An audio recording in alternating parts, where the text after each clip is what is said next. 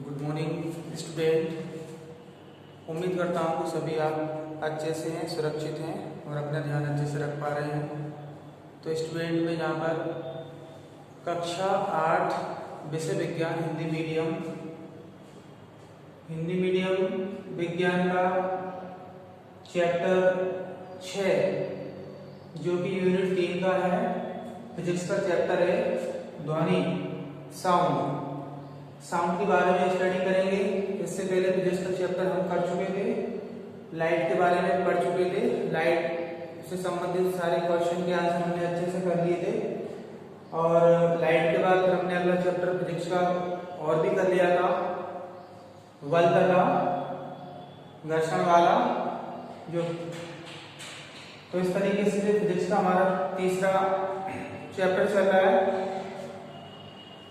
तो स्टूडेंट यहाँ पर एक ध्वनि मीन्स आवाज जो साउंड होती है, इसके बारे में हमको अध्ययन करना है कि ध्वनि होती क्या है, किस तरीके से एक व्यक्ति से दूसरे व्यक्ति तक ये पहुंच पाती है, इसके विषय में यहाँ पर अध्ययन करेंगे। तो मैं यहाँ पर थोड़ा सा रीड कर रहा हूँ, इसके बाद में आपको समझाऊंगा। हम अपने चारों ओर बहुत सी ध्वनियां सुनते हैं। आपके कानों तक जो ध्वनि पहुंचती है आप उसे चलकर आते हुए नहीं देखते। ध्वनि ऊर्जा का ही एक रूप है जो अणुओं के माध्यम से गति करती है। अणुओं का गति करना और अपनी ऊर्जा को ध्वनि में परिवर्तित करने का क्रम सभी प्रकार की ध्वनियों में एक सा होता है। तो यहाँ पर ध्वनि के बारे में बताया गया है कि ध्वनि अपने आप चलकर नहीं आती। ध्वनि कोई ऐसी नहीं होती जो चलकर एक स्थान से, मतलब ऐसे पैदल चलती है, ऐसा कुछ भी नहीं है। जबकि ये किसके माध्यम से चलती है? अणुओं के माध्यम से एक स्थान से दूसरे स्थान पर ध्वनि गमन करती है या पहुंचती है। अणुओं का गति करना और अपनी ऊर्जा को ध्वनि में परिवर्तित करने का क्रम सभी प्रकार की ध्वनियों में एक सा होता है। चाहे फुसफुसाना हो, इंजन की सीटी हो, कार का हॉर्न या जेट विमान का शोर। इस प्रकार ध्वनि के अध्ययन के लिए दो विचार प्रमुख हैं, गति एवं अणु। तो यहाँ पर ध्वनि के बारे में ये बताया गया है कि ध्वनि अणुओं के माध्यम से गति करती है, वो ऐसे चलकर नहीं जाती है। अब ध्वनि चाहे आप स्लो बोल रहे हो, फुसफुसाने की आवाज हो, या फिर कोई गाड़ी का हॉर्न हो, बहुत तेजी से बोल रहा हो, या किसी गाड़ी की सीटी हो, ये किसके माध्यम से चलती है? अणुओं के माध्यम से आप ध्वनि को एक स्थान से दूसरे स्थान पर देख सकते हैं।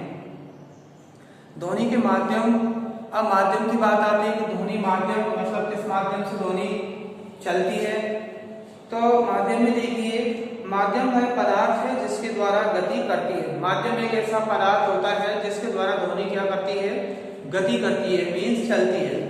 माध्यम एक ठोस पदार्थ, एक द्रव या एक गैस हो सकता है। माध्यम की ये बात करते हैं कि ध्वनि को चलने के लिए जो मीडियम होता है, जो माध्यम होता है, वो किन किन माध्यम में ध्वनि चल सकती है। तो माध्यम में क्या होता है? वो ठोस भी हो सकता है। ध्वनि के माध्यम से चलने के लिए क्या हो सकता है? ठोस भी हो सकता है, वो गैस भी हो सकता है और वो द्रव भी हो सकता है। ये माध्यम ध्वनि को चलने के लिए होते हैं। तो इन माध्यमों से ध्वनि चलती है। याद रखें कि ध्वनि निर्वात में गति नहीं कर सकती है। ध्वनि जो होती है ना, वो निर्वात में गति नहीं करती है। वायु, गैसों का मिश्रण, वायु द्वारा ध्वनि का चलना आपको निम्न उदाहरण से स्पष्ट हो जाएगा। अब वायु में ध्वनि किस तरीके से चलती है, तो कुछ यहाँ पे एग्जाम्पल दिए हुए हैं, उन एग्जाम्पल के माध्यम से अपन पढ़ सकते हैं।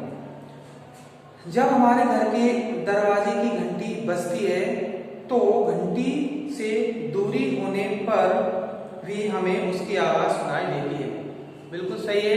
जब मान लीजिए आपने कोई बैल को बजाया, हम कितनी भी दूरी पर हों तो हमको उसकी आवाज सुनाई देती है।